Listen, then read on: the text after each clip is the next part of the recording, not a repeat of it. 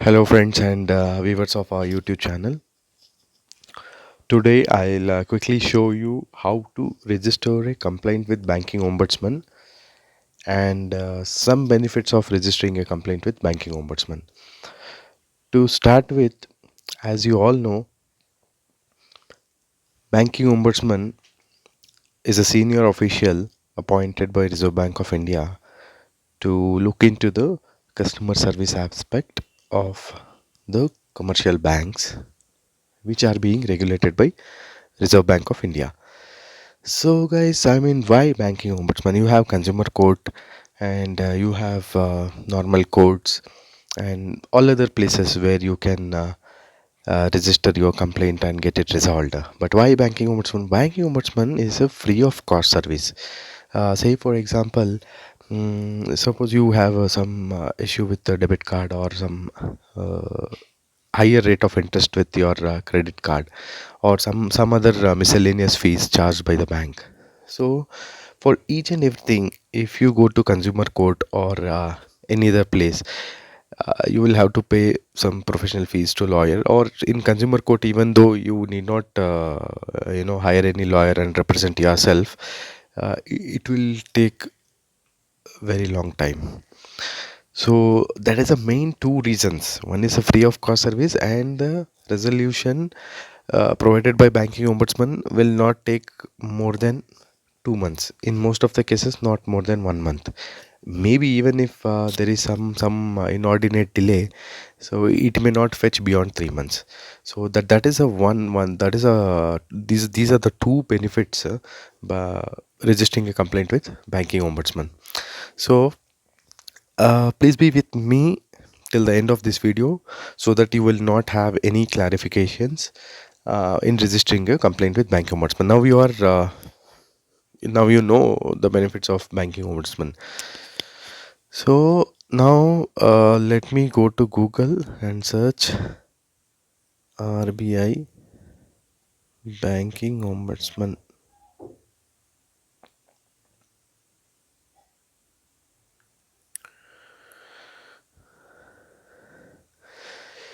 So here is your first link or whatever the link, which is rbi.org.in, complaints Reserve Bank of India. So always prefer that you are browsing the secured website. As is with this website, you can see on the top left it is HTTPS. Okay, because by anything you browse online, and there is a substantial rise of online complaints as well. So now you have option ombudsman schemes. See, guys, ombudsman is not only for banks. You have ombudsman for different entities like NBFCs. NBFCs may you have Bajaj Finance and other things, and ombudsman scheme for digital transactions. See, digital transactions is basically, the services. You very similar to banking services, the digital transactions, which including digital transactions, where there is no bank but there is a different entity like this phone pay and Google Pay, Amazon Pay services. So these comes under ombudsman scheme for digital scheme. So now let us quickly go to the details of banking ombudsman scheme. As you know, banking ombudsman scheme covers almost all the banks, starting with the public sector banks, private sector banks, foreign banks, scheduled urban cooperative banks. So all these banks are covered under banking ombudsman scheme. So let me click on banking ombudsman scheme.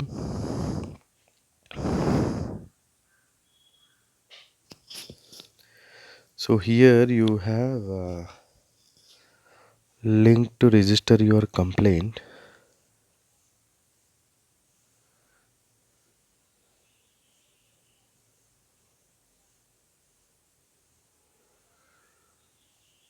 So where is the link? You can just go to home and click on lodge a complaint. This is the link, that is CMS portal, complaint management system. You can click on file a complaint.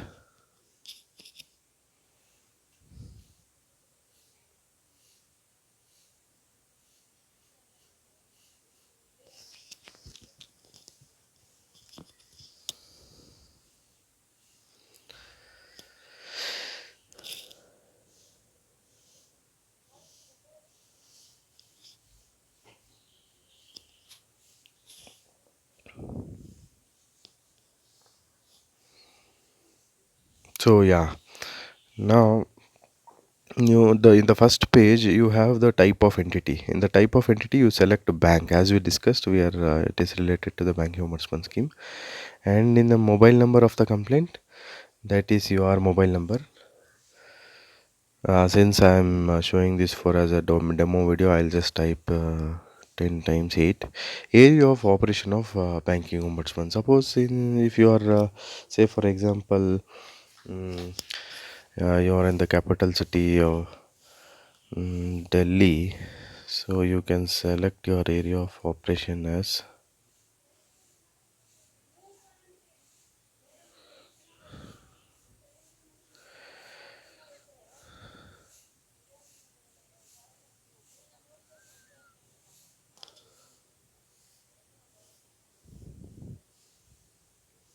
So here you will be enabled to get the details of the the place where your branch belongs to, and the state which your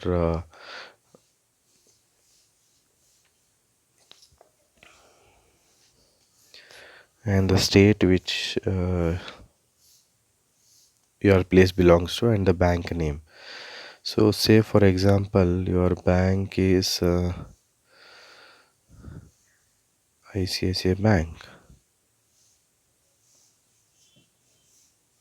ICICI or State Bank of India. You have a list of banks. I mean, all those banks which are regulated by Reserve Bank of India. Suppose it's State Bank of India. So now here is the next option where it is asking that if the complaint is related to credit card, then you click yes. Otherwise, no. That is as simple as that. So and then you have to select the bank category. That means it's whether it's a public sector bank or private sector bank. So just type your name.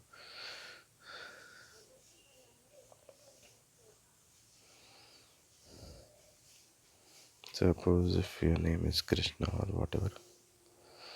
So then click on next. It is asking some for error. So here you have to click all these options, and when you click on next, it will ask. I'll just give a brief on that. It will ask whether you have filed a or whether you have filed a complaint with the bank first in the last 30 days. So while last 30 days is always when you register a complaint, you should first give an opportunity to the bank. You make the bank let know what is a complaint that you have. Because in the first case, if bank is able to resolve it, is well and good. You need not come to banking ombudsman. So only in the case when bank did not resolve or they did not respond within 30 days of you giving the complaint, then you come to banking ombudsman website and then you register a complaint. And after that, so you will have few more details like your account number and debit card number and everything it will ask. So as far as I know, it is whatever the details this portal asks, you can always fill it up since it is a secured website. And do not give password or do not share your password CVV anywhere. Even RBI says. So if you go to RBI website, in the RBI website they also mention that do not share CVV password as there is so much of online scams and other things. Here also give as minimum details wherever it is required only. So after that, you fill all your details. Suppose if you have a grievance related to your housing loan documents.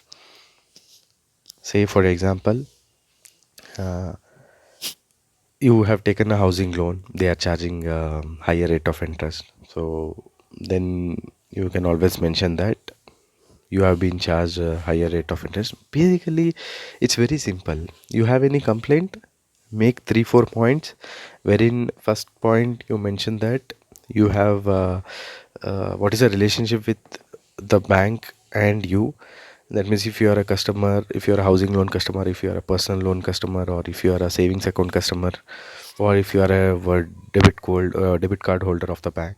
So you mentioned this in the first point. Second point, what is the problem you have faced? Suppose, for example, you have taken housing loan and the bank has not you have taken a housing loan and bank has levied higher rate of interest. If that is a complaint, again in the write it in the second point. Or you have taken a housing loan and you have closed the housing loan and they have not returned the documents. In the second point, you just mentioned that you have closed the housing loan on so and so date and the bank has not returned you the documents, or they are delaying in return of the documents.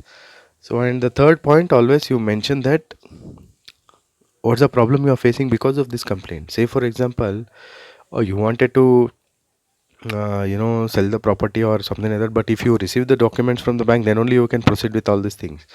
So that is the reason you always you always mention that reason. This is the problem you are facing from the bank in the third point. And in the fourth point, you are eligible for a compensation if there is a mistake from the bank side.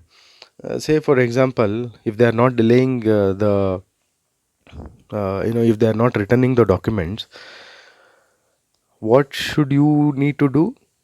You will have to you will have to visit bank multiple times. You have auto fare expenses, or you have to take leave from your regular office work, or so many things involved. So for this purpose, the in this scheme, according to this scheme, you are eligible for a compensation up to 1 lakh.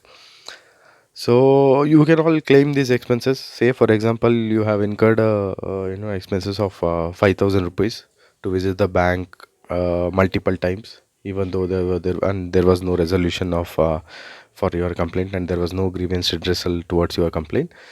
Then you can mention all those charges and claim it. So remember, guys, these are the 4 points.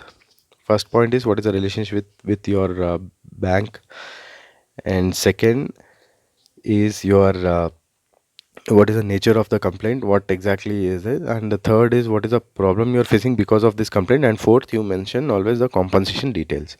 Likewise, you file a complaint, give as much details as possible.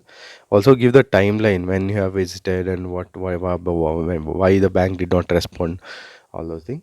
And then file a complaint. You will get a complaint number. And because of security reasons, I did not proceed beyond this page. So and then yeah, you will get an acknowledgement number. You will or you will get an acknowledgement number, or some complaint number will be there. So you can always use that as reference. Always remember one thing, there are so many complaints who have registered the bank with the banking ombudsman. So generally you will have to wait for some time, maybe 15 to 30 days, and then you can follow up with the RBI banking ombudsman. So this is how the complaints are. So kindly take a note of it and avail these free services which banking ombudsman is providing to the citizens of this country. And thank you guys for watching this video. And you can always comment in the comment section if you are facing some problems while registering the complaint, or if you want any other video. So we are planning to come up with a video how to register complaint with SEBI as well. So thank you for watching, and have a good day.